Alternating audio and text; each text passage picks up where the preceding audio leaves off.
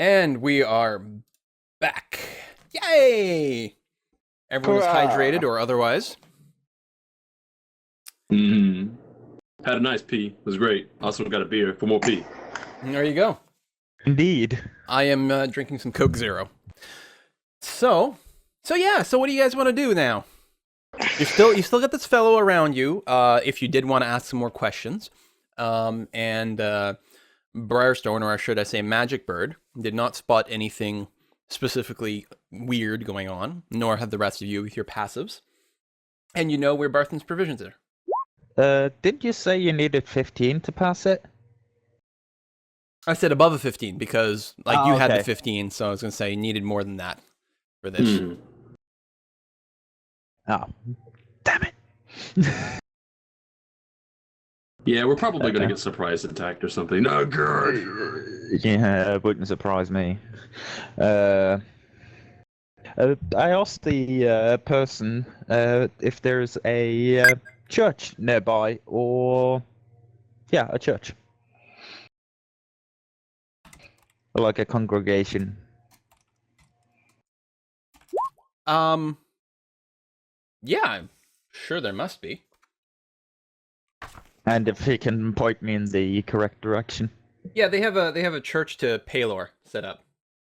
I think Palor is still a god in the Forgotten Realms. I don't know. We're gonna assume Palor is sort of god of sun and life and things like that. Probably, maybe this sort of thing. Well, no, I was gonna say maybe the sort of thing that that Perrin worships, but Perrin is an elf. Although there might be some crossover, you know. Still a goodly church. We're gonna say that. Hadn't actually looked into the religion and picked a god for Perrin, but we'll just fudge it. Yeah, You can make someone up. You worship Apollo. Bother either, so. Yeah, sun god. Yeah, why not? Actually, Gaia.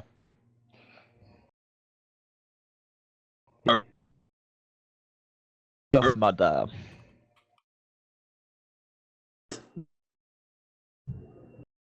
So what were you doing? I mean, there is a church, but where is the party actually heading as a group? We should probably just turn this wagon in, and then we can split up and do stuff if Absolutely. we need to. I'm all for finishing the job. Or at least attempting to finish the job. What could possibly go wrong? Yes, indeed. What could possibly go wrong? Please tell us, Quell. Oh, he's like, 1 second, I'm turning to the pages. Okay. So, yeah, oh yeah, so you're going to Bronze Barthen's Dragons provisions. attack. What's that? I said 15 Bronze Dragons attack. Yeah. No. So you go to Barthen's Provisions. It's a nice looking shop. You go into it. On behind the counter, there's a sort of a lean and balding human male shopkeeper. He's probably about 50, and there's a couple of young clerks sort of going around and restocking shelves, that sort of thing. You look around, you can find all sorts of goods on the shelves. No weapons. But anything you might need for farming, blacksmithing, mining, home stuff, cooking, all those sorts of things are all present in the shop. And as you come in, he greets you, says, Hello, welcome to my store. I'm Elmer Barthen. How can I help you? We have this wagon that we were told to deliver here from whatever his name was. From Grundon? Yes, from Grundon. Yeah. Oh, Grundon, where is the old sot? Tell him to come in. Is he watching his goods? He's probably worried about thieves here. We'll send out Ander, Thistle. Go out there and keep an eye on the wagon so Grundon can come in here. He's not with us. He sent us off with the wagon. He went separately. Is he not arrived yet? No. When did he leave? He left ahead of you? And yes, he left a day ahead of you guys. Yes, Okay. he left a day before us. No, I'm certain he hasn't arrived in town. He would have come directly to me, and even if he hadn't, I would have heard of his arrival. Oh, man, was that the wagon that we passed? What wagon? We had some trouble with some goblins on the way here. They ambushed us. Really? Are you okay? You seem fine. Did you lose anyone? No, we're fine. He hired us as adventurers. So I just assumed that he was expecting some sort of trouble along the way. We were able to deal with it, no problem. Well, the road's just definitely. Go ahead.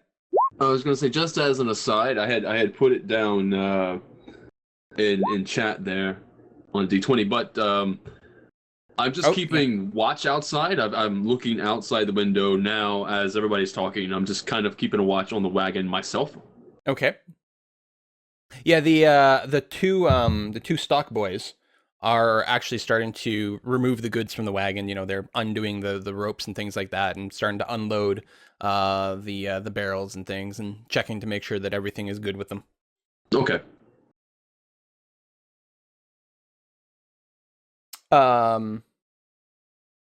Yeah, I don't remember how the conversation was going, but he was saying, yeah, well, it makes sense that he would hire some adventurers. The road is certainly dangerous.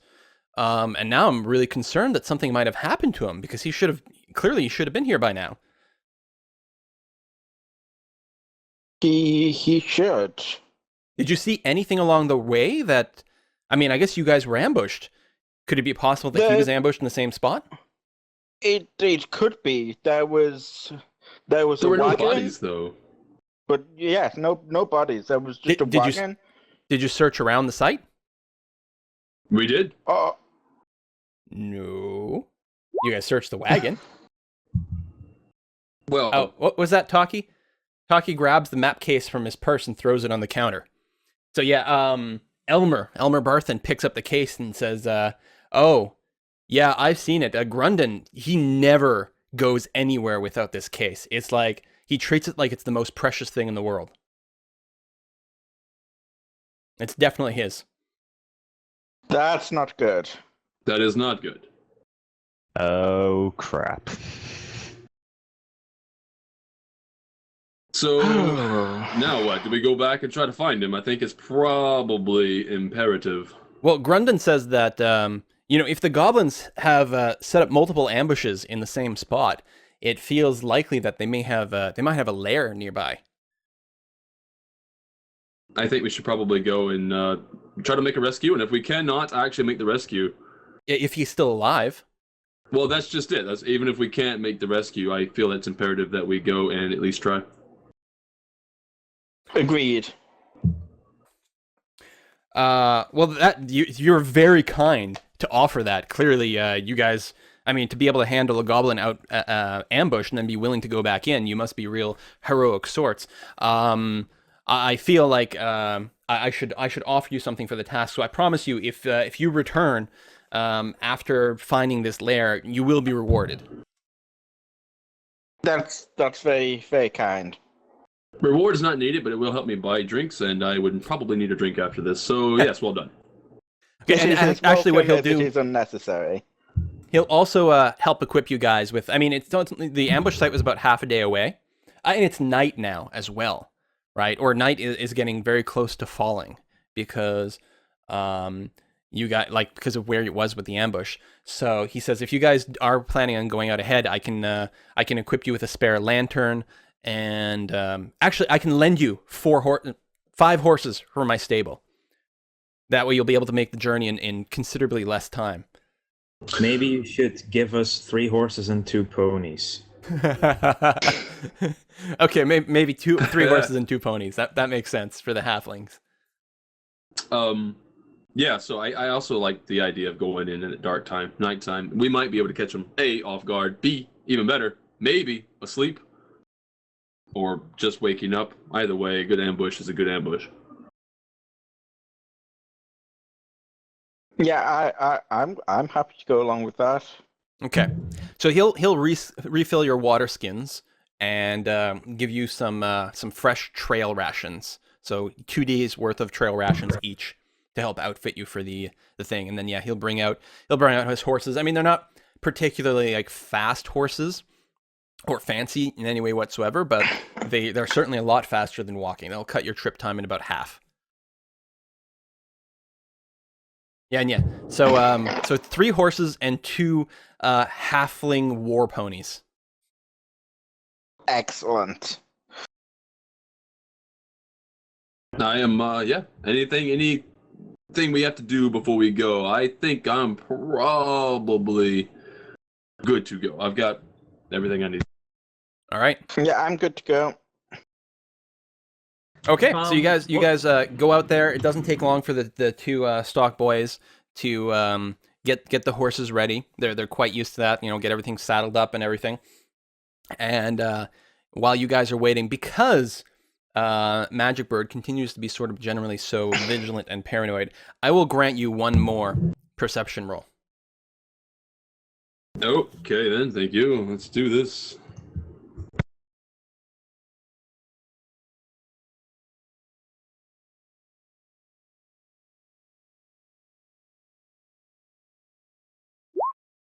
I would yell an explicative right about now, but it's trying to keep it somewhat PG-13.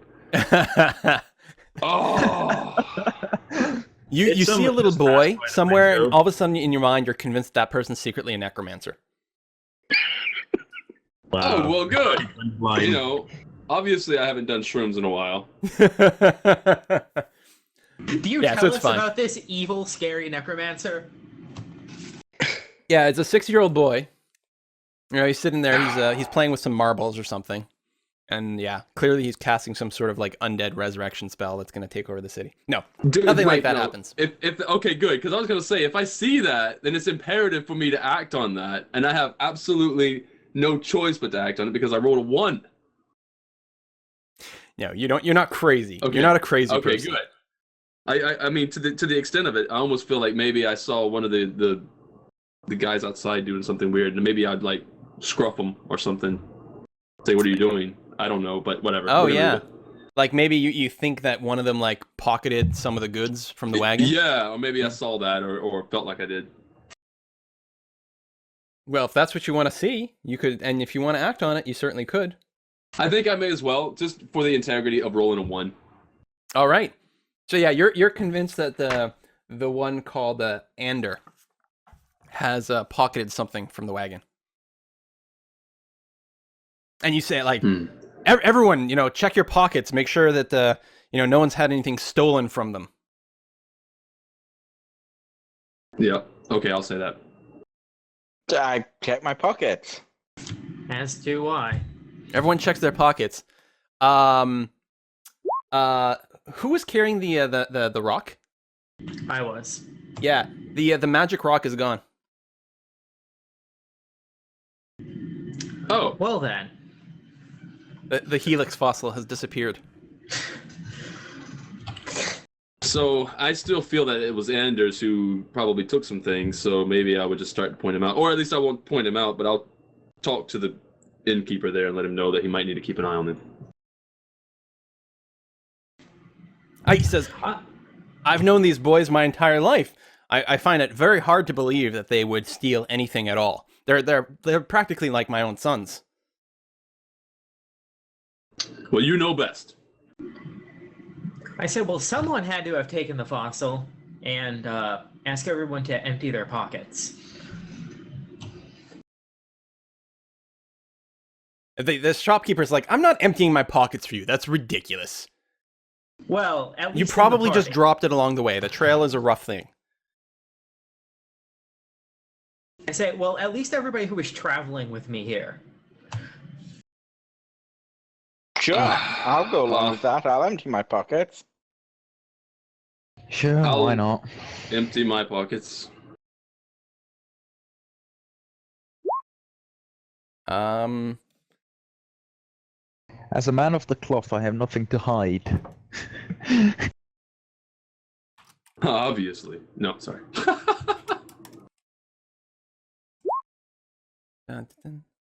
So yeah, the what's his name? He'll bring in the 2 boys and get them to empty their pockets. And one of them has just like a little, like a little pocket knife that he was using to cut some of the rolls and the ribbons and stuff like that. That's all. All right. Actually, I think this might be cause for a investigation check, which Wow. Okay then. Investigation. What are you trying to do? investigate where the rock went. And what are you doing for that? How are you investigating? Really concerned about this rock. Well, it disappeared. I thought it was like the best thing in the world because I rolled a 1 on my knowledge check. Oh, that's true. course You I'm do worried. believe it's amazing. Yeah, that's true. I believe this thing is really important. So I like search everybody who will like not punch me in the face for searching them. You're patting I, everyone like, down? Pat them. Yeah, pretty much. Everybody that's not gonna like punch me in the face. Does anyone refuse to be patted down? I draw my dagger and say the mage or wizard is really crazy. And I show him my pockets and empty them, and they are empty. But you don't want to let him touch you. You're like, listen, I got personal space boundaries. I'm a halfling. I have those boundaries. Nobody touches me. All right, but Jay, sorry. I mean, you can like, yeah. So the talkie like sort of shows his pockets and whatever, and like you don't see anything in there, but he doesn't want you touching him. If, I've only if got he 2 says stones, Whatever, he boy. I'm hasn't taken satisfied. it, then surely he hasn't. I'm just willing to I'm trust anyone. satisfied with what has happened so far, and I'm not going to press it further. And Okay. I was just gonna mention the fact that I've got 2 stones, boy. Neither one of them are your rock. All right, so with that, I... that bit of drama behind us, I suppose we'll get up on the horses and war ponies and head down the road. I think so. Let's do it. Yeah, Not wasting might as time. well. The irony of it was my raid call was actually lagged out during all of it. All right, so we're gonna go back to this scene over here. Uh-oh. So now at this point, like night has fallen proper. Most of your traveling was done in sort of the twilight hours, but now that you're here, night has fallen. Now some of you have dark vision, or what's it called now? It's not low light vision. I got dark vision. I guess it's called 60 dark feet. vision. Yeah, it's not infravision, it's dark vision. So elves, for example, can see 60 feet in pure darkness, although it's only in black and white. I don't think the halflings have that ability. No, we don't. 60. I think it's 60 in dim and half in complete dark. I Dwarves thought have it. in dim it was like you saw fine, and then in darkness you saw it as if it was dim. Maybe. I might be misremembering though. Let me take a quick glance over here. Because they keep changing these rules. It's dim as if it was light, and then dark as if it was dim. There we go. Okay. So yeah, so you've got 60 feet vision regardless. It's definitely going to make things a little bit harder. But so now you guys have the idea that maybe you should look around, aside from the wagon itself, maybe you should look around in a little bush and see if you might be able to find like a trail or some sign or something like that. In fact, Does anybody have... Blood spatter trail that's leading away from where the wagon was originally. is there? Yeah. Gosh. Does anyone have tracking? This would be the I survival got check. survival. Yeah, it Okay, is I a got wisdom survival. check that everyone can make, and if you are proficient in survival, you can add your proficiency bonus to that. So go ahead, everyone go ahead and roll off. What? It's wisdom plus the bonus. Yeah. Some of the bodies, of course, have been chewed on by some wolves. In fact, there may have been some wolves as you approached, but they got scared off by the sound of your horses and maybe a lantern or what torches, whatever you're carrying. These are poor rolls. Oh, there we go. Combat Zerg. Zerg being the... Oh, the cleric. My god, that is like the super cleric. Whoever made that character must be super good at D&D. Wink, wink, wink. Yeah, actually, all of you are able to find some signs. Clearly, even Briarstone, even Magic Bird with his roll of 9, are able to find signs that this is a very common ambush spot. In the places where the goblins had been hanging out, you can find like, you know, a few little like chicken bones and things like that. Like obviously they sit here and they snack. and they wait in in hiding to prey on people as they go by. But everyone who gets over a 10 is able to confirm with this blood trail that you guys can so clearly see on the map that there's definitely a trail as if a body or something had been dragged through the woods and heading north. After a little while, the blood stops flowing, or the blood trail stops going. It's not too much blood. You don't think like the body has been completely drained or anything. You think someone was probably injured, bled a little bit, and then just sort of clotted naturally or whatever. So whoever they're carrying away, and actually this is Perrin. He's the cleric. He's the medical expert. He's seen a lot of combat and a lot of injuries, and he's pretty confident that whoever they're dragging away was still alive when they're being dragged. In fact, Perrin is pretty sure that there were 2 people being dragged, and that goes well. You know that Grundon was traveling with a friend, a fighter. So you figure that both of them were dragged away from this site, and at least at the time, we're still alive. That was an exceptional roll. I got to give you like extra details there. An extra roll? Which roll? The survival roll? No, the combat Zerg did an exceptional roll, a really good roll of 18. So, right, okay. And I assume you think you're proficient in medicine. Yeah. Yeah, so yeah, there you go. So you're able to sort of like guesstimate that this doesn't look like sort of blood you would see in a fatal wound. Although on the other hand, you don't know. Maybe they took a blow to the head and died that way. But in terms of blood loss, no. Well, we must make haste then, if that's the case. Okay. The trees here, the forest is going to be too thick to ride through on horses. There's a lot of bushes, a lot of again, like those sort of briar thorns all over the place.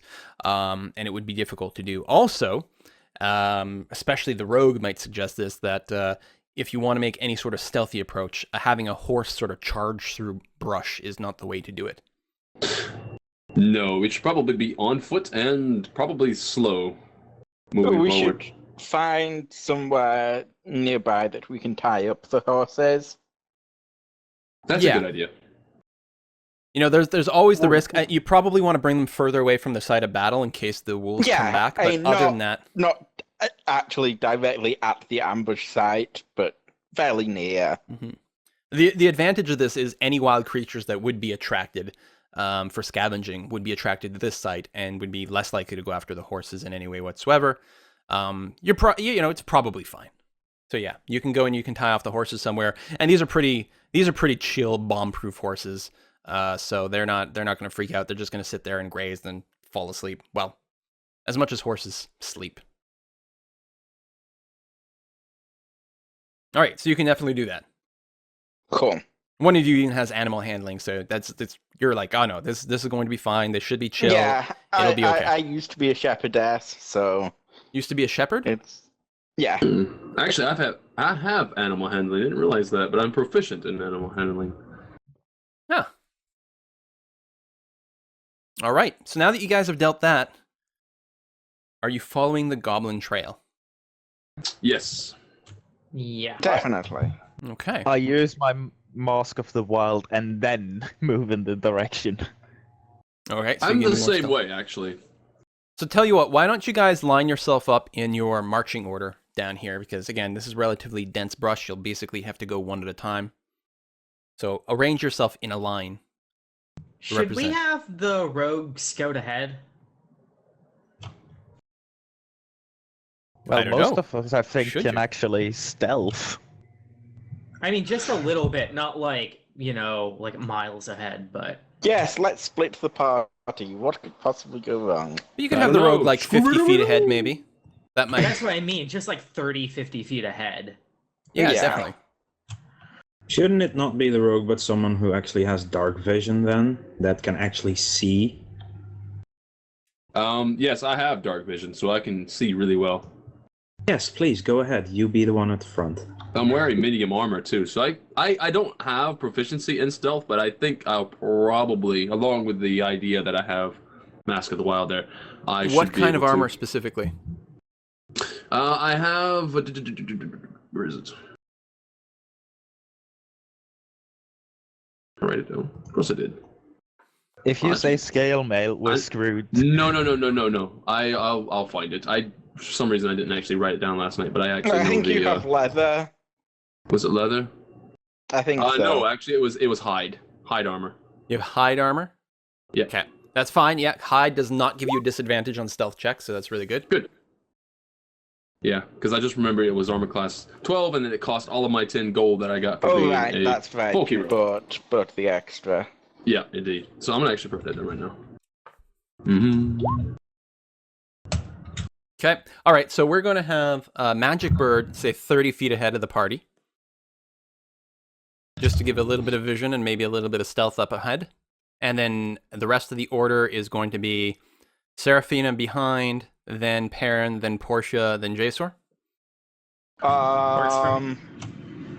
Actually, I'll put myself in the back because I also have dark vision, so I can keep an eye on that. Yeah, I think ideally go second behind Magic Bird.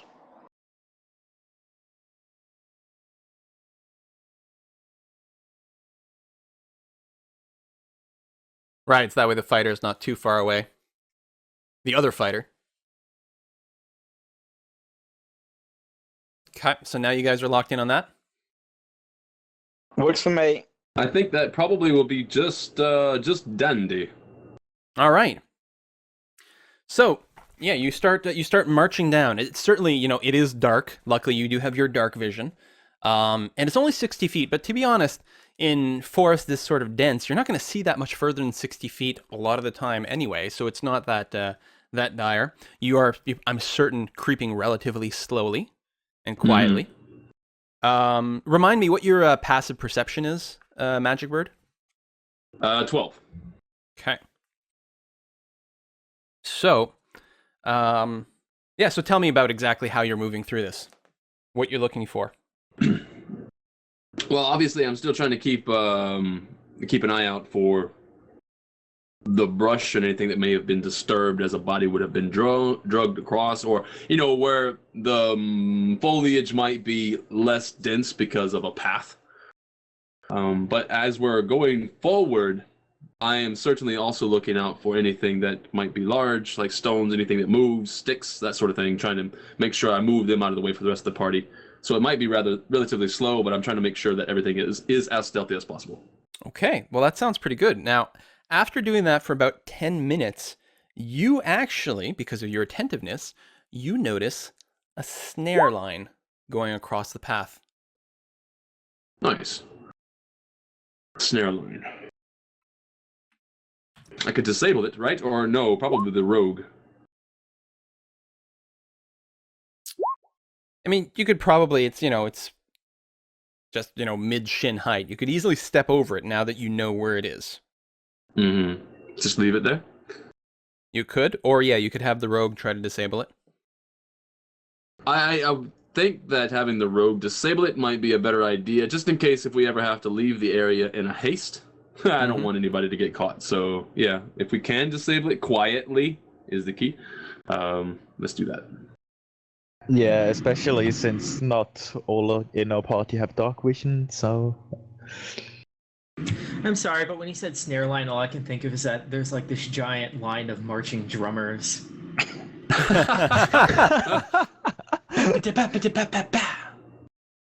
That's not making any noise. All right, Okay, well, so I move up to the snare line, and I want to see if I can maybe discern what kind of trap it is first before I disable it.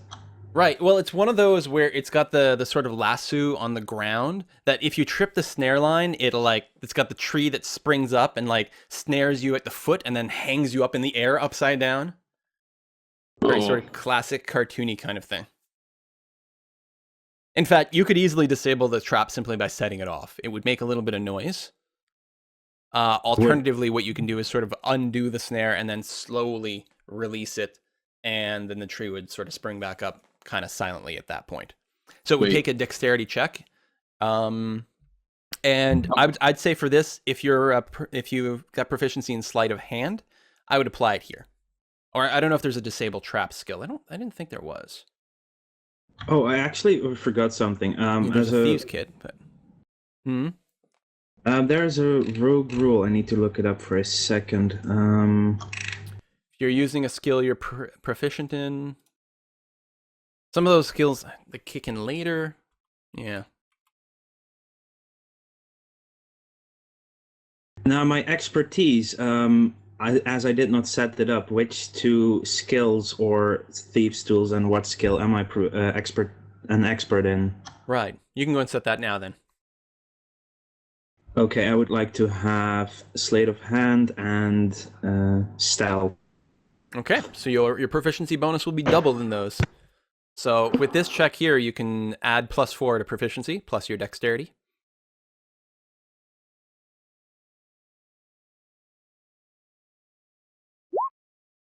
$18. Very easy for you to undo the knot of the snare and slowly release the tree. So the noose or the loop of whatever is harmless. You've successfully disabled the trap. Congratulations. Although it would have been really, really funny to have a character dangle upside down in this thing. Was tempted to run through it and just make it go off for shits and giggles. Can I collect the rope, or is it still stuck to the tree and I'm too small to actually get it off the tree? You'd have to shimmy up the tree. You'd have to climb up there and do it. There's not Yeah, that would much take rope, some though. time. And it's Okay, nasty, I'll- sort of ratty goblin rope. Then I'll leave it. Made from goblin hair. On a side note, though, has anybody forgotten to don their armor? Or were our armors donned from the start? I never took it off. Yeah, I'm assuming you But- guys were traveling with your armor on, especially knowing Yeah. how dangerous Yeah. the area was.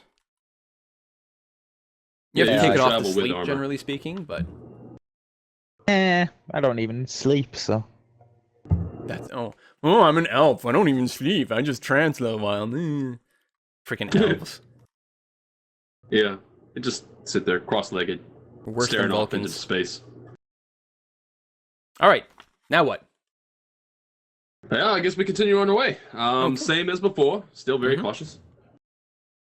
I want to change the way I run with the party. I want to sneak in the brush if it's possible next to Briar, or is there not enough room through the brush next to the path we're following? You can do that, assuming you continue to as long as Briar is moving slowly. You're going to be moving at about half speed. So as long as Briar stays, moving slowly and trying to be stealthy himself, I suppose, then that will be fine. You can keep up to him. So like how far? 10, 20, 30 feet to the right? Maybe 15 to 20 feet to the right of him, yes. Okay. All right, yeah, you can do that. No problem. So another 10 minutes goes by as you guys march down the path, or slightly off the path, as the case may be. And this time, Briar, I will actually require that you make a wisdom perception check, because your passive one is not high enough. It's going to need an active check to spot them next one. The way I've been rolling all night, you're doing this on purpose. Hey, you're the one leading the group. I know. Right here in the rules. Look. Okay. I've been rolling bad all this time. Chances are this will be a really good roll, right? That's right. Yeah, I mean, let's law of invoke large the numbers. Ambrose That's fallacy. exactly how math works. Yes. What could possibly go wrong? Here we go. 3, 2, 1. Roll. Come on, give me something good. Better. Oh! Oh! So you're walking there, you're walking slowly, you're looking for another tripwire, and all of a sudden, the ground gives way underneath you. There's a pit dug in the middle of this sort of goblin trail. And you go and faceplant down to the bottom of this pit, 10 feet down. Great. Can Luckily, I I'm an elf. That means I disappear? land on my ass, right? Well, here's No. what you can do. You can do a dexterity saving throw. No, that's the okay. I'll do it. What does that involve? Acrobatics? No, dexterity. Just Saving straight throw. dexterity. If dexterity is the saving throw you're proficient in, then you would get a bonus to that. All right then. As a fighter, I'm assuming it's like strength and con are your proficiencies. Yeah, for no, saves. I don't have it for dex. So just d20 plus dex modifier. Wait, I Plus thought what? for Hmm? oh, it doesn't matter for this because he doesn't have proficiency. But I thought proficiency for saving throws was advantage in this one.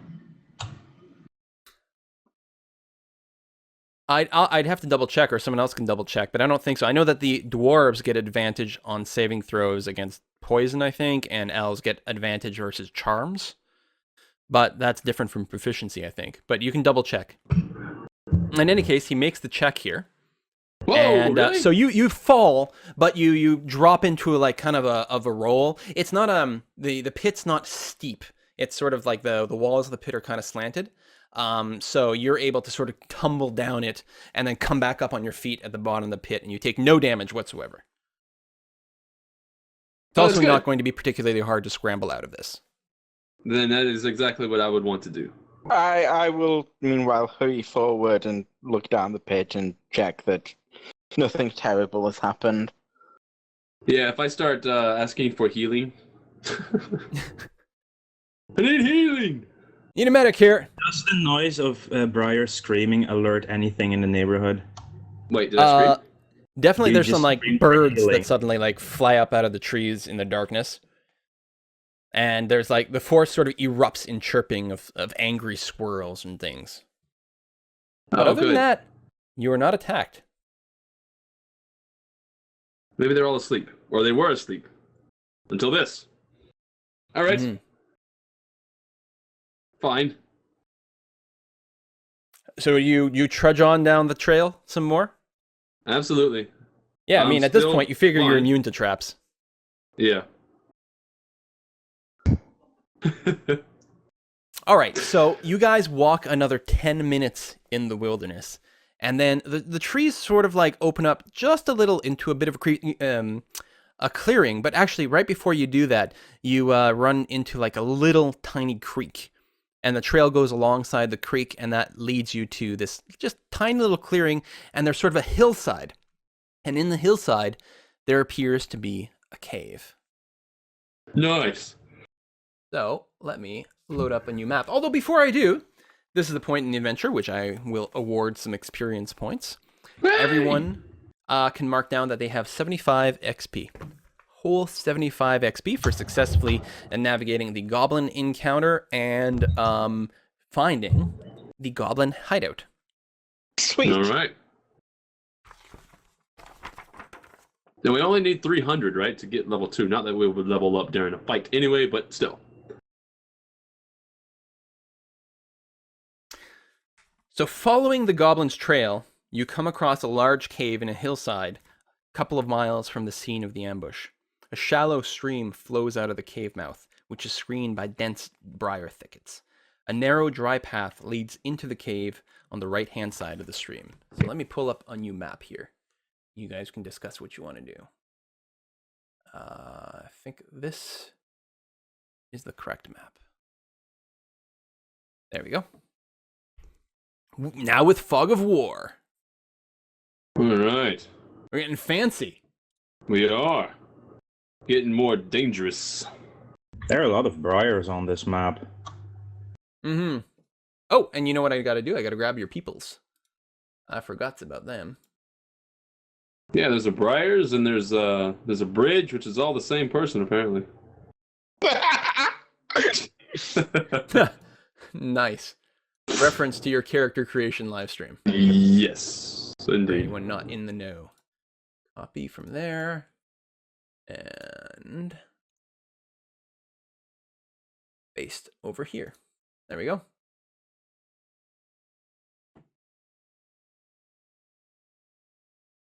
So before we go in the cave, I have light, which is a cantrip. The benefit is that if we cast it, people who don't have dark vision will be able to see better, but we'd also probably be more detectable. That is very true. Yeah. Yeah. Well, it sounds like right now Although- you guys are walking more or less in pure darkness. You know, the moonlight helps a little bit, and the fact that a few you guys can see in the darkness, you're leading the halflings. The elves leading the halflings. Yeah, Yeah. I mean, one thing we could do would be go along in the dark, but then if you cast light, if anything happens.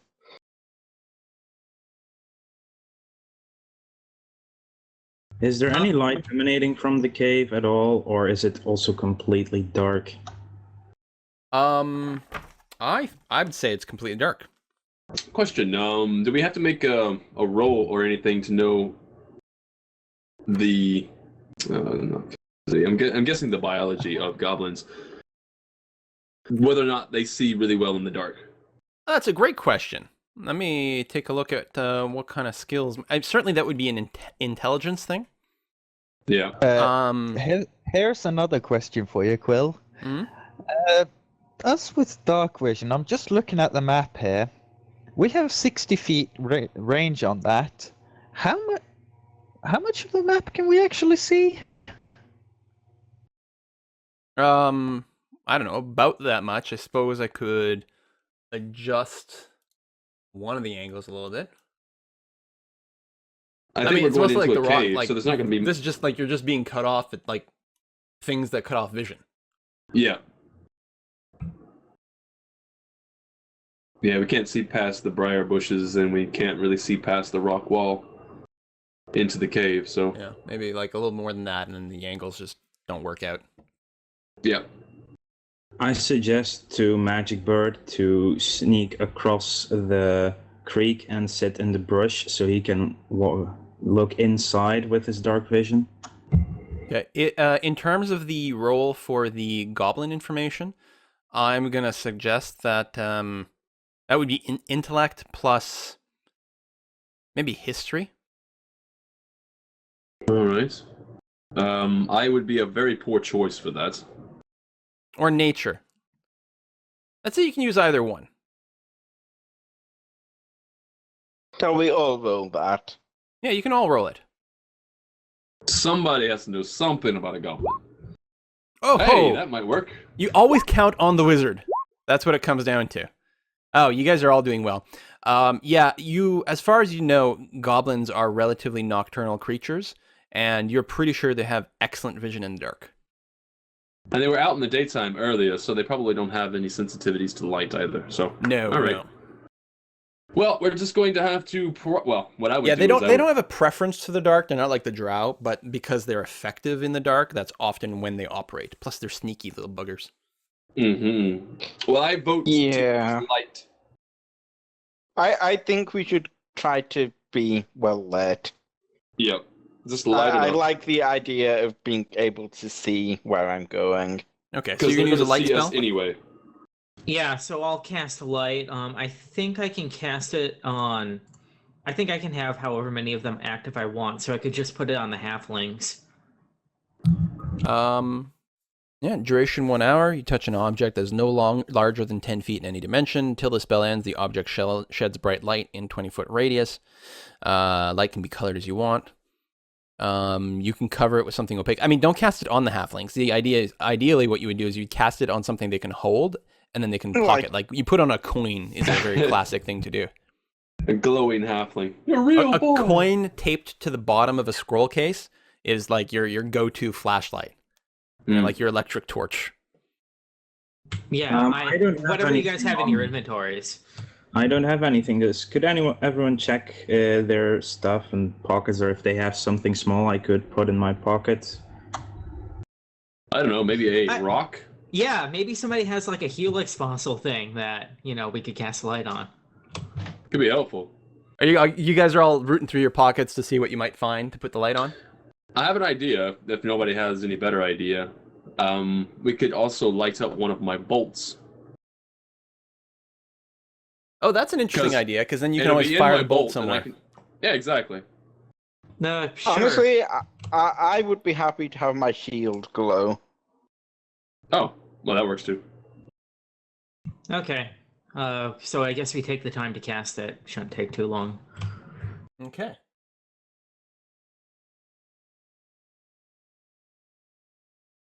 All right, that's fine. So you cast the spell. Yeah, it's a pretty fast spell. You put it on the shield of Portia, and you're like, "Whoa, yeah, that's really bright." You have to take a second for your eyes to adjust. I mean, it's not like sunlight bright, but it still catches you off guard, and you're like doing that, and then, pew pew, arrows out of the bushes from the right.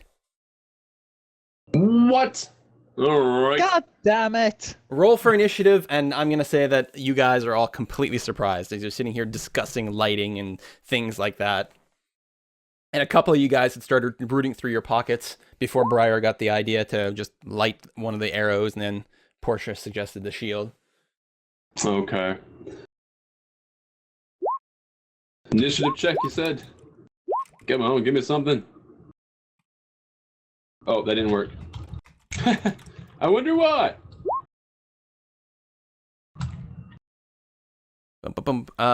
Where's my little initiative window? Come on. Turn order. Like, seriously. Oops, wrong button. Seriously. Turn. Seriously. And then I gotta go in here. Turn. All right, let's see what we got here. And who's who again? Zerg is Perrin. Zerg got a 9.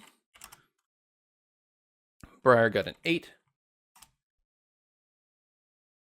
Tucky. Got a 21.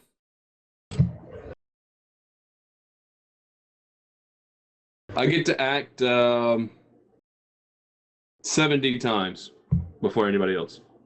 At 12, and I have to roll. You'd still miss all 70 times. Leave me alone. Where I would miss anything with a 1d1000 right now.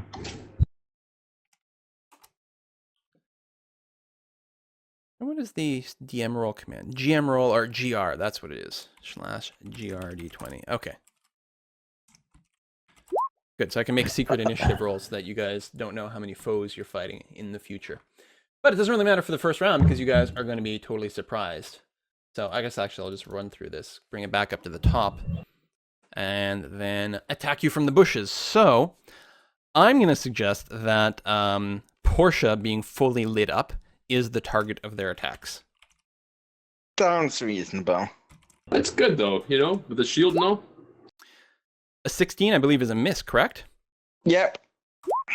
Ah, but an 18 Oh. hits. Yes. Feel my wrath. Take, 7 points of damage as you get sneak attacked with an arrow that lodges clearly into some fleshy part of your thigh or something like that. You It doesn't took hit an a arrow bone to or the anything, knee. but that's got to be like half your hit points? Maybe slightly more? Yeah, that's more than half my hit points. Hey, Perrin, you might want to look at our shield bearer. Oh crap. Yeah, that definitely, nicked something. There is some blood coming freely out from that. I mean, you're still going to be able to fight. You're operating on adrenaline. It's not going to affect your combat, but it is a bad injury. And you're not actually bleeding. And this is just flavor text. You're not actually bleeding or anything like that, but you are definitely hurt. So that was the surprise round. Now it's the second round of combat. You guys are going to be able to act at this point, starting with Seraphina. Can I see any of the goblins or whatever is in the bush right now, or can anyone see it? Tell you what, we'll let you guys actually see at this point because of the attacks. Now these goblins, where's my reveal tool? They are going to have 3/4 cover from where they are in the bush. So that gives them a +5 bonus to AC versus ranged attacks. Yeah, I cannot run into any bushes to the north, right? I cannot run into them. You can run through them. I'm going to count them as difficult terrain, so they take twice as much movement to go through. And I'm going to say the stream is shallow enough. It's shallow and slow enough that the stream doesn't matter. It doesn't affect you. But Okay. the bushes would be difficult, so it would take twice as much movement to just run straight through them.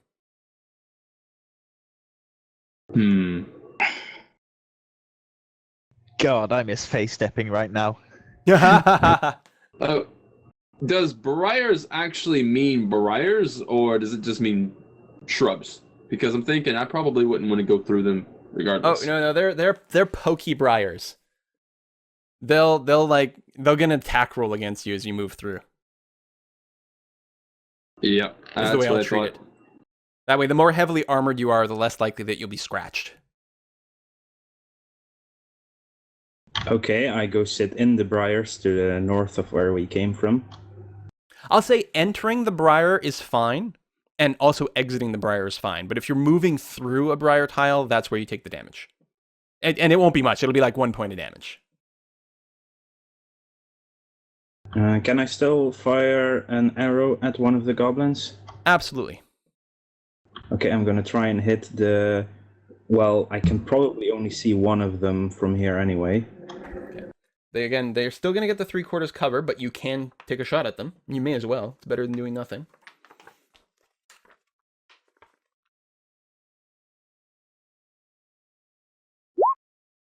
Whoa! Good shot.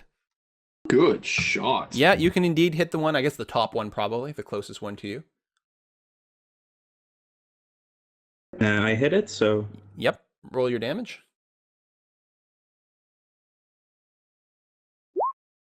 Oh, you guys are monsters at killing monsters. Boom. Through the bush. Not even a thing for you. Nice. Dead goblin. Headshot. Next up, Jasor. Okay, so I had a really bad idea where I was going to cast Firebolt at the brush. But I don't think starting a Forest Fire is a really good idea, so I think I'm just going to try and Ray of Frost. Okay.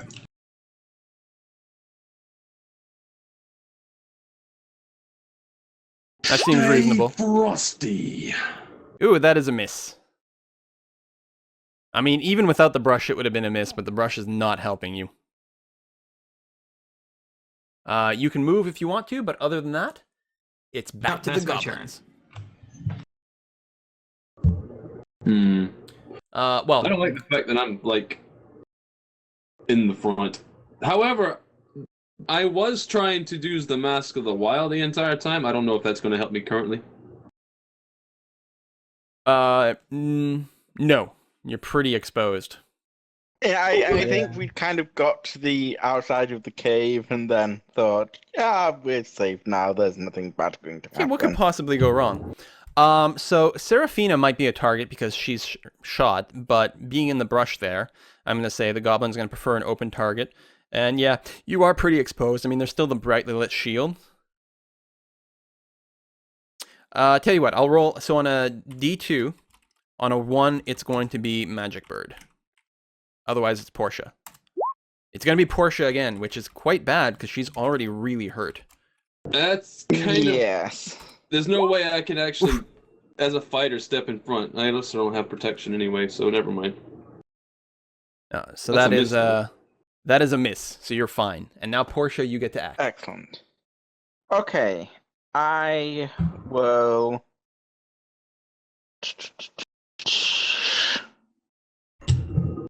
1, 2, 3, 4, 5. I'm going to move up to here. Uh-huh. I'm going to take cover behind the brush. And I'm also going to use my second wind. Which Okay, is that's going valid. Sure. give me 1d10 plus 1. Yeah, the fighter's ability to like just shrug off damage is unbelievable. Although it's like every action movie ever, right? It's like John McCain in Die Hard. Well, Like it doesn't yeah. really matter what happens to him; he just keeps going. Yeah. They How many say times John did he actually McCain. die? He died 4 times in the first Die Hard movie, according to that YouTube video. Yeah. Okay, so it looks like Portia, just takes the arrow that's in her thigh. She like snaps off the feathers off the back, just jams it through her leg and pulls it out the back, and just like throws the arrow away like a total badass. Like this is not even a problem. Wow. Yeah. So that's me done, because I can't get in range to attack. Yep, she's Done fine. this before. So that will bring us to Perrin, who was looking like he was mapping out some distances here. Perrin's Yeah, gonna move flank up there Mm-hmm. and shoot the goblin that we can actually see. Okay, I'll also give you a little bit of vision of the tunnel here, because you have dark vision. Yes. So I will expose something like that. And yeah, go ahead and shoot the remaining goblin.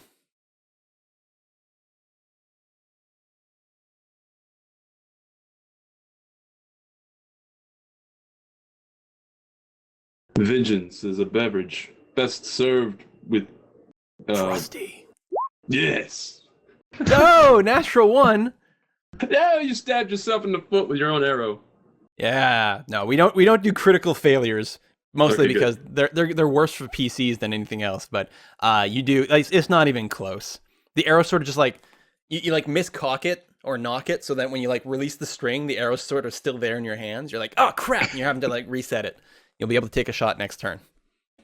Luckily, no one's paying attention to you. Otherwise, this would be really embarrassing. Yeah. I mean, you can't show yourself at the next elf meeting if you can't shoot a bow proper. And the fact that most of the people are out of visual range anyways. Well, there's that too. Although the shield, no, you'd be illuminated by the shield here. Because the shield casts bright light within 20 feet and dim light 20 feet beyond that, I think. So you're very well illuminated. Balls. Next up, aha! It is the one, the only, the magic bird. Woo! Ready to redeem himself. Yes, I am about to.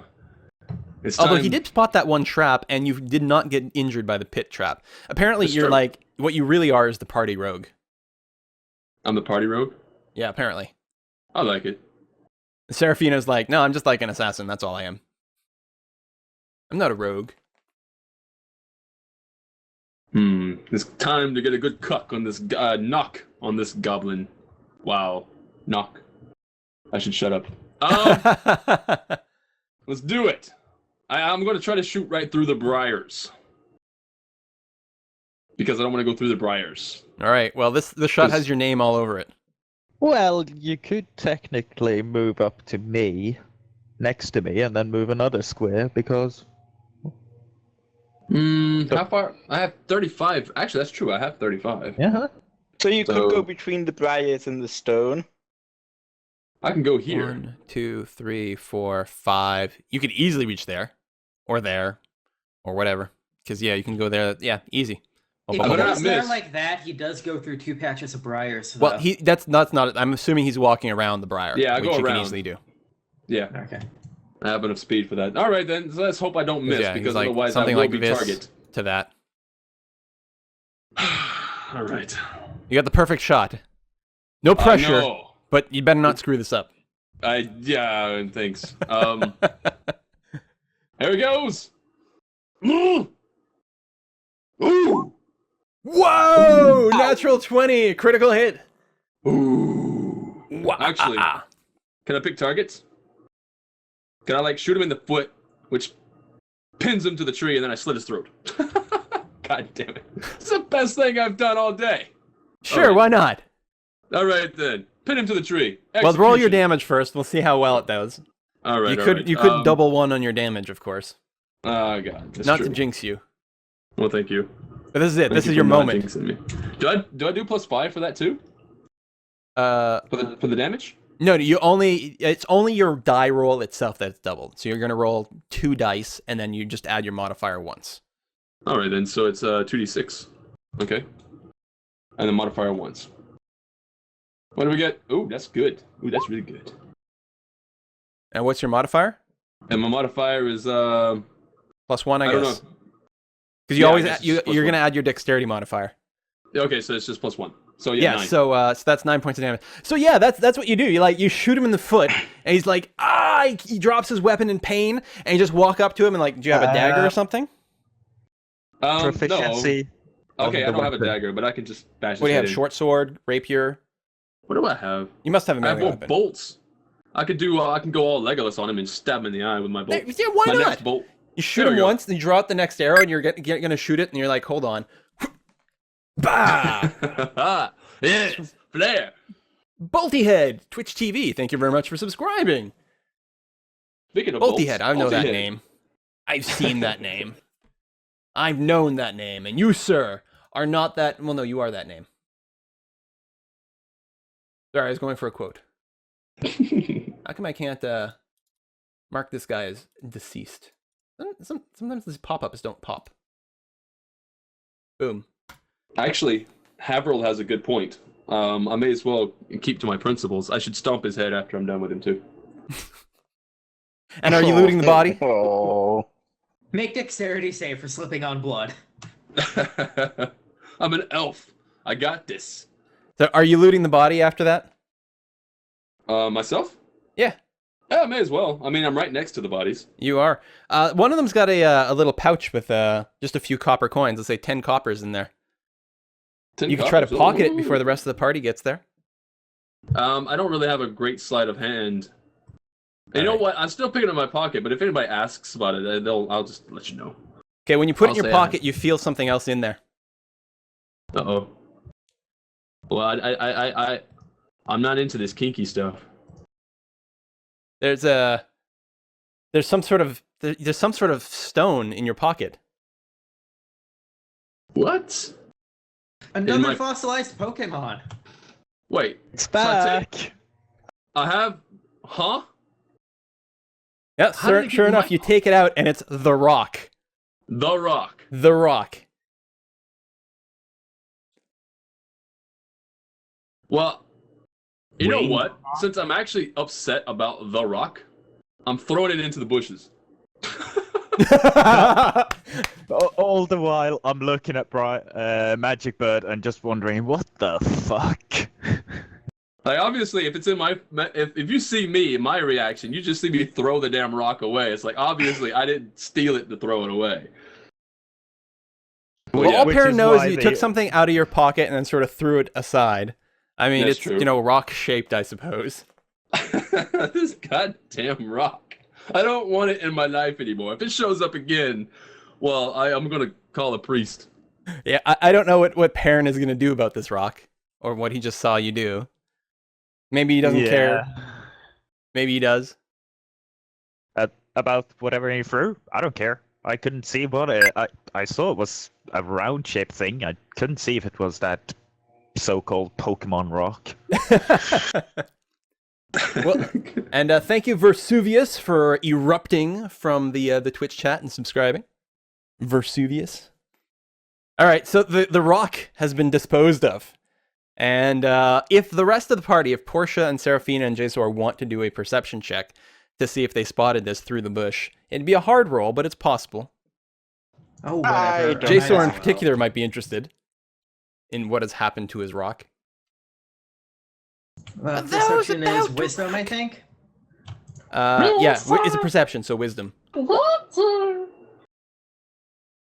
that is a good roll from Taki.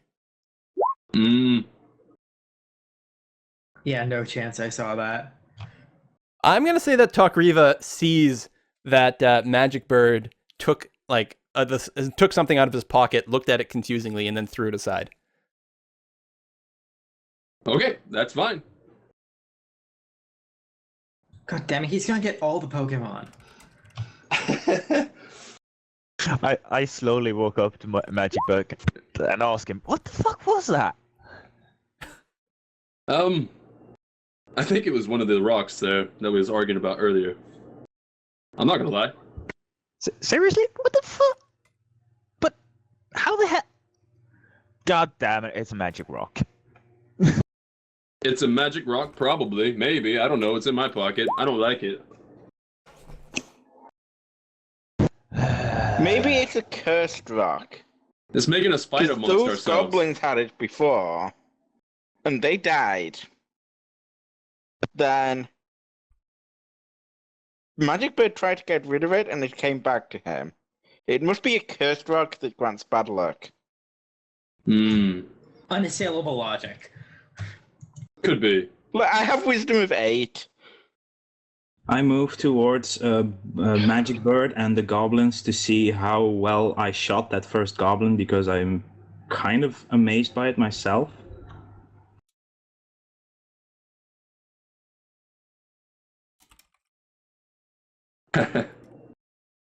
So how badly did I hurt the first goblin? You just one-shot that guy, right? Yeah. I'd say this shot, yeah, I didn't describe it, but this is like a bullseye. Well, a goblin eye. Woo! So there's like gray matter on the ground. Good shot. Right through. I mean, I don't want to go and like, be too bloody or descriptive or anything like that, but yeah, it clearly went like right in there. Then after you observe your handiwork, you can like remove the extra arrows from the body and check there's nothing else on there. And I don't know if you want to like roll them into the bush or something like that to just just hide the bodies ever so slightly. Maybe cover it with some branches and leaves. I definitely want to take the arrows that they have left there. Mm-hmm. And as a halfling, I don't think I have enough strength to roll them into the bush, so I'll leave that to Portia, actually, because I don't think Magic Bird has the strength to do it either. Oh, no. These are goblins. I'll They're tiny. They're microscopic. And rolling it is easy. If we were to put them into the brook, would they be washed away? No. It's too shallow and moves too slowly. Okay. It's only like a foot deep, maybe slightly more, and flows very, very, very slowly. Well, that's still up over my knees. Then. Well, I help him move them into the briars.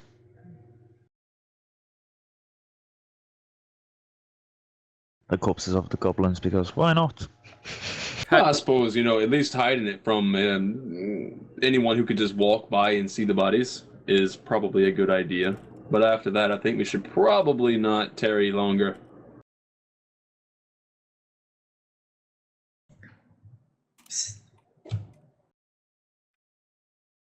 And on that note, I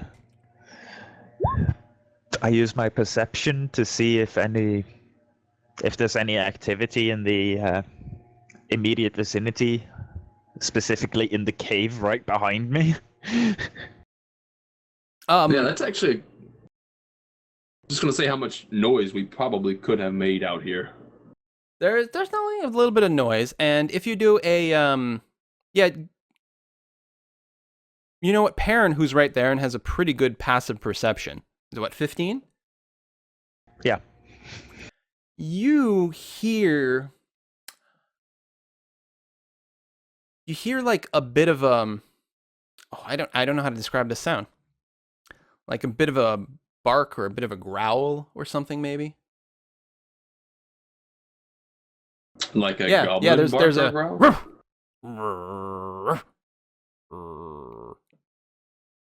Okay, so basically like a guard dog and not a goblin.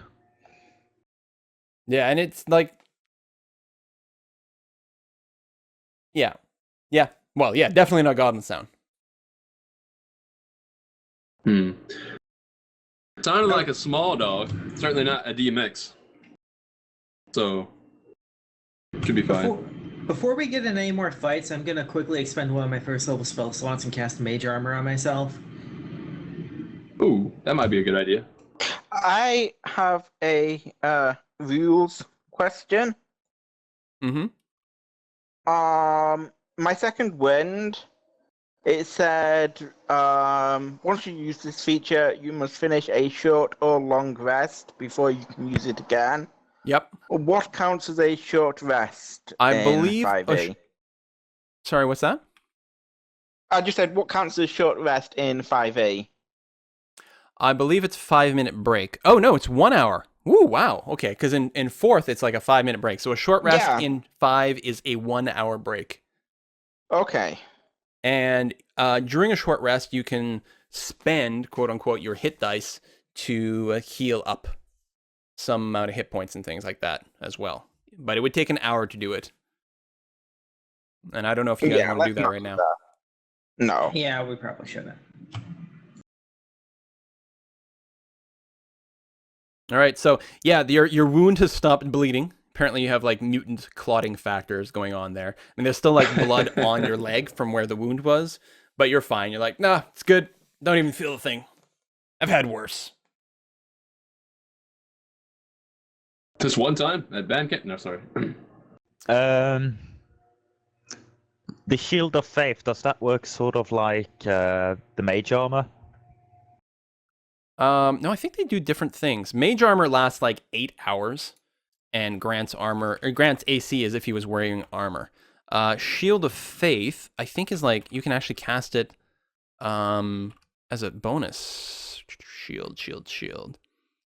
Shield of Faith. It is you cast it as a bonus action, and it lasts up to 10 minutes. It's a concentration spell, which in 5e you can only have one concentration spell going on at any time. You can still attack, you can still cast spells. You can only have one concentration spell. So in practice, Shield of Faith lasts 10 minutes, and it gives the target creature a +2 bonus to AC. And you can cast it as a bonus action, which is quite cool. So you can attack and then still cast this thing. You can target yourself or someone else. Ah, cool. Should have used that ages ago. Oops.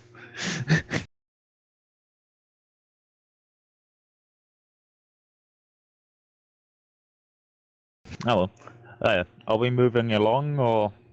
It's up to you guys. Yeah, we should probably move in. Let's go. Yeah. Let's get in there.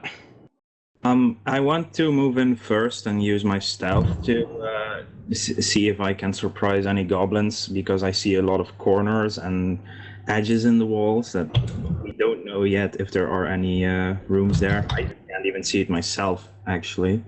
Okay.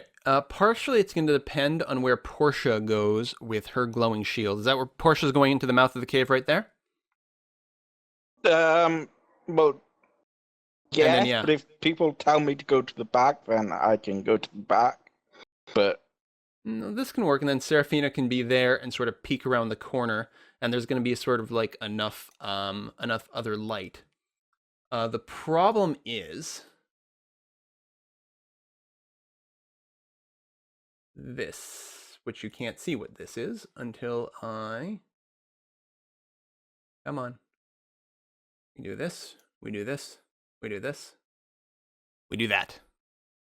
Give me a moment. Or flavor text. I'm safe where I'm at. Oh, everyone's fine. Possibly go wrong. Just inside the cave mouth, a few uneven stone steps lead up to a small, dank chamber on the east side of the passage. The cave narrows to a steep fissure at the far end, and is filled with the stench of animals. Savage snarls and the sounds of rattling chains greet your ears where 2 wolves are chained up just inside the opening. 2? Yeah. Each wolf chain leads to an iron rod driven in the base of the stalagmite. There's actually 3. I guess the third one was supposed to be a little bit more hidden, but you guys know it's there. It was behind the rock. I guess we'll give it cover, but you do know that it's there. So there's 3 wolves chained up here. They are awake, and they have been alerted to your presence, and they're starting to snarl and growl and generally make some noise. Well, Somebody should probably be vigilant and watch up the other side of the cave while we deal with this however we want to deal with it. I have animal handling. It might actually be able to resolve this. You peacefully. might be able to do that. You've got some dried beef rations that you got from Barthen's. Maybe a combination of a animal handling check and a little bit of food could distract these beasts. I think it's probably imperative to, first things first, as someone proficient in animal handling, we have to make sure that they realize that we're not a threat. So I'm going to stick my butt up in the air at them. Yeah, okay, you're going to go full dog. Now, note where you're currently standing, Magic Bird, that's not a valid location. That's a wall. I know, it was me being stupid. Okay, I like just making sure it's clear. He is one with the cave. Does anybody else want to help me with this check? This animal check? Anybody got animal handling? I don't, have but I do some have- animal handling. Well, if you assist, if you declare that you're assisting Magic Bird, you will give him advantage on this check, so he'll be able to roll twice. I will do that. Okay. Yeah, you'll be like you mentioned a few things about the wolves. You discuss the food and like, you know, do I just throw it at them? Do I try to hand it to them? And you're like, no, just throw it. It'll be way safer. And yeah, so you sort of pool your knowledge. So go ahead and roll d20 twice, plus whatever your modifiers are, of course. Yeah. Can I just roll 2d20? Does that work? No, because then you'd be adding them together. So Oh, basically, I see. you roll once, and then you roll a whole second time, and then you pick the best one. Okay, well that's my first roll. Oh, 10's Jesus. not quite gonna cut it. Good thing you've got the reroll. God. They're gonna eat my ass. Okay, here we go. Do better. Come on. Give me. Oh, yes. Oh, nice. Okay. Because actually, like, on the first go, when you're sort of, like, just kind of holding the meat, and you're like, good doggy, they start to, like, sort of pull in your direction. And actually, they, like, leap forward with such force that the anchoring bolt that is holding their chain in place actually loosens. And you're like, oh, my God. They might be able to just break out of here. So you sort of throw the food in. You throw. That was the idea. At first, you were like, oh, I'll just throw one in. But the suggestion from your partner was like, no. Then they'll just fight and they'll make more noise. Give them each one, and then that'll keep each one of them busy. You're like, oh, Nice. okay, we'll do that. So you throw 3 pieces of meat in there, and that manages to calm the wolves down a little bit. They're not domesticated animals, but they're now chilled out, and Less hungry. you get the sense, your animal handling is giving you the sense they would not attack you. They would not attack the group at this point. Oh, good. I wouldn't recommend petting them. No, probably not. You need more food. So it looks like there's a passage in the back of the room. Yeah, there's like a narrow fissure in the back wall. You guys want to go and examine it? I could pop in really fast. I don't know.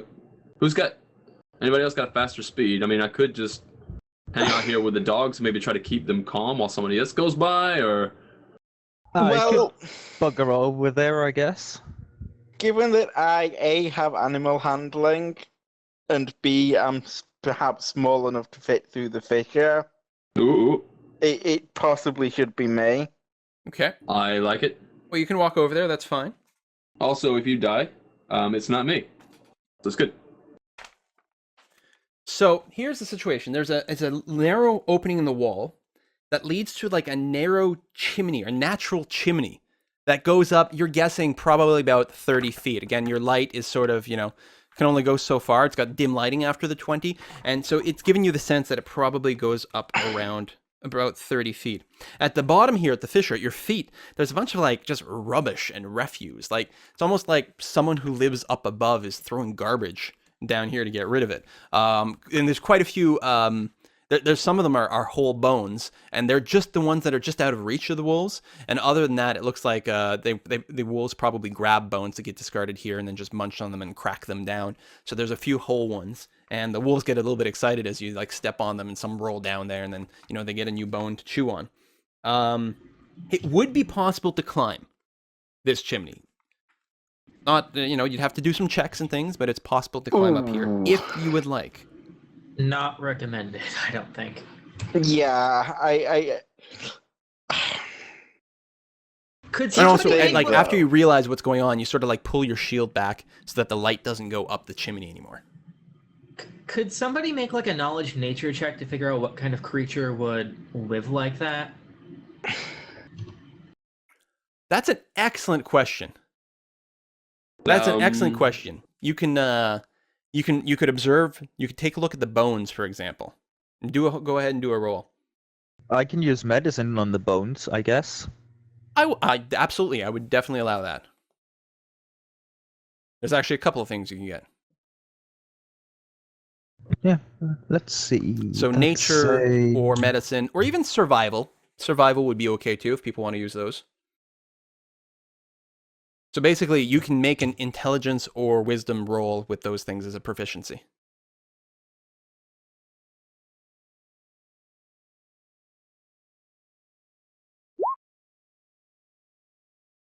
Okay. Does anyone else have anything? And what kind of roll was that? Medicine. That was a medicine roll.